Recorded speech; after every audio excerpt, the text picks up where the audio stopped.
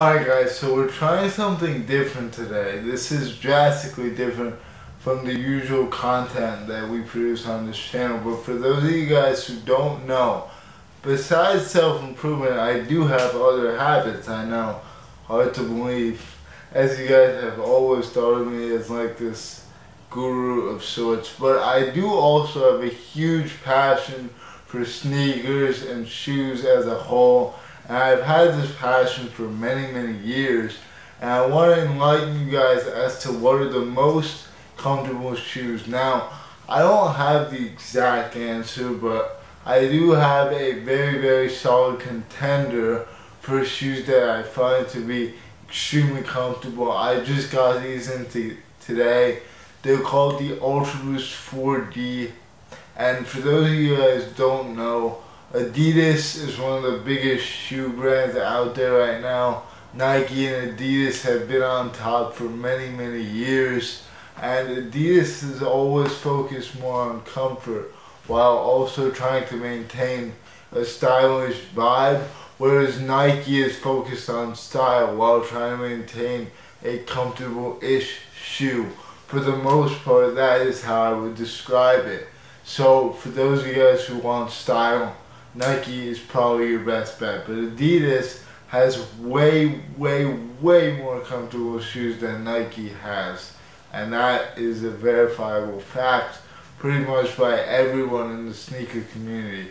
I apologize if I'm blinking a lot. I'm super tired right now, but let's bang out this video because I haven't made one in a while. If this does well, I'll be super thrilled to make more sneaker videos because I love sneakers. As I already said, I have been a sneaker reseller for many years, and now that term is kind of useless because sneaker reselling for the most part is dead, but it is what it is. Now we can enjoy the fruits of our labor and get some fire shoes, hopefully on the cheaper end. So let's jump into this shoe. I'm going to show you guys what it looks like. So these are the Adidas Ultra Boost 4D. This is the flash orange colorway. As you can see, it is a very bright orange. It's like a fluorescent vibe going on with it. It has obviously regular shoelaces. The inside has some branding that says 4D and then like a forward sign. So obviously these shoes are very futuristic and I think they look really cool. But the main thing about these is the functionality of them. So I'm going to put for you guys a little on foot while I keep talking about the history of Ultra Boost in general. So Ultra Boost used to be like a very hyped up shoe, and there used to be all sorts of collabs with Ultra Boost. You had like the Arizona Suns colorway and like a bunch of other very expensive Ultra Boost. The Chalk 1.0s were another big one. They were basically just all gray with white laces. Those went for very high prices. And Ultra Boost, like many other shoes, eventually died down just because of Adidas' refusal to stop producing them. But I think in the case of this particular shoe, being the Ultra Boost, the best move is to mass produce them, because I don't think that a high price tag would fit a shoe like this that is very comfortable and versatile for all sorts of different situations.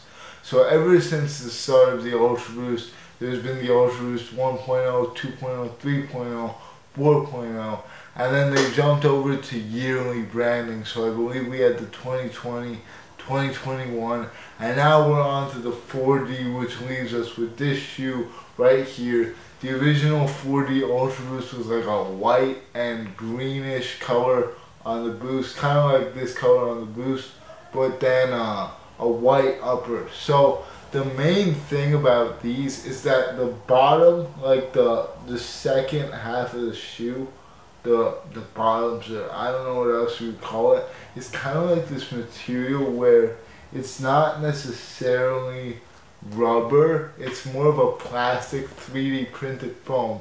I don't know if you guys can hear it, but it's actually very hard to the touch, and it's not like foaming like the other Ultra Boost.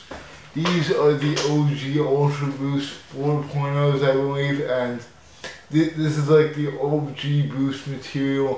When you touch it, it's very, very squishy to the touch, and it bends like very easily. So these are probably more comfortable. The uppers are very similar, but the bottoms are different than the 4Ds. So these are obviously pretty worn. I mean, I don't know if you can tell, but the black Boost does do well with wear. But those are like the old style Ultra Boost. And now we are on to the new style of the 4Ds. As you can see, the design includes 3 stripes on the side of the shoe, a black tab on the back, and then that insole branding, as I already said. Another great thing about this shoe is that the bottom is very, very good for any terrain. If you can see in the light right there, it's like a rubberized sole, and it's very, very clean. It does good with wear because it's almost like a tire. I believe they actually use Continental rubber on some of the Ultra Boost outsoles. So these are definitely at the forefront of technology, especially when it comes to Adidas. And overall, I expect big things out of Adidas in the next few years.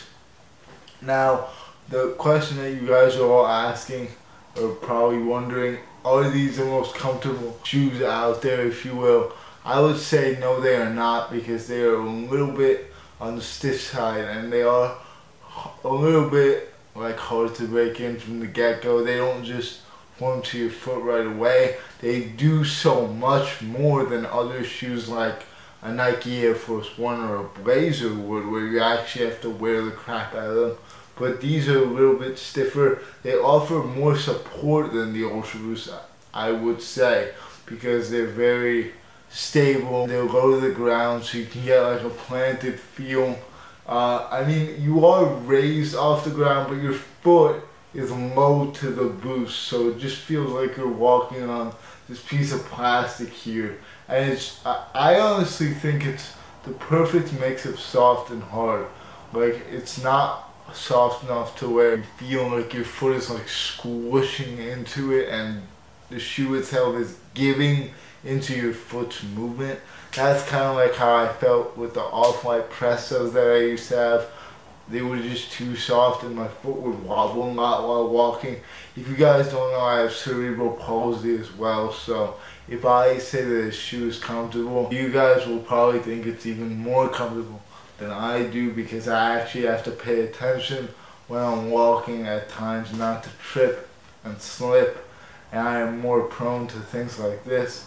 So yeah, definitely a very comfortable shoe, very stable. I like how wide it is, so like your foot has enough room to rest and it's not like cramped.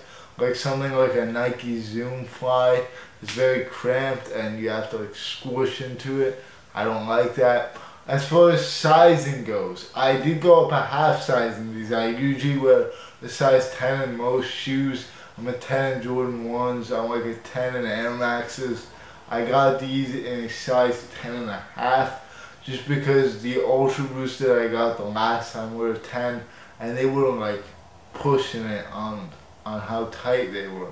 And I had to like wear them in a lot. I don't want to deal with that. I just want a nice comfortable shoe for lounging around with.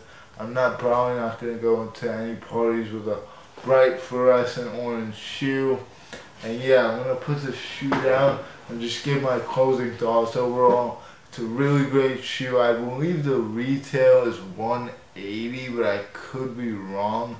I'll definitely correct myself if I am wrong. And I'm going to put these up here on StockX, like the screenshot of the exact colorway on StockX if I haven't already.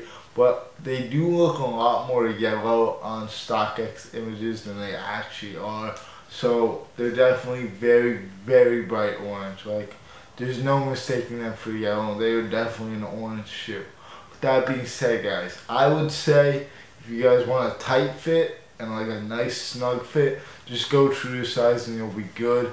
If you want a more roomy fit, go up a half size. You won't be swimming in the shoe. You'll be fine. So yeah, that's pretty much rounding it out for the video. Hope you guys enjoyed it. If you guys like this kind of content, let me know, because I do have a lot more shoes that I can review without much of a problem, because these videos aren't like super high maintenance to make. So yeah, with that being said, thank you for watching. Take care. I'll see you all in the next one.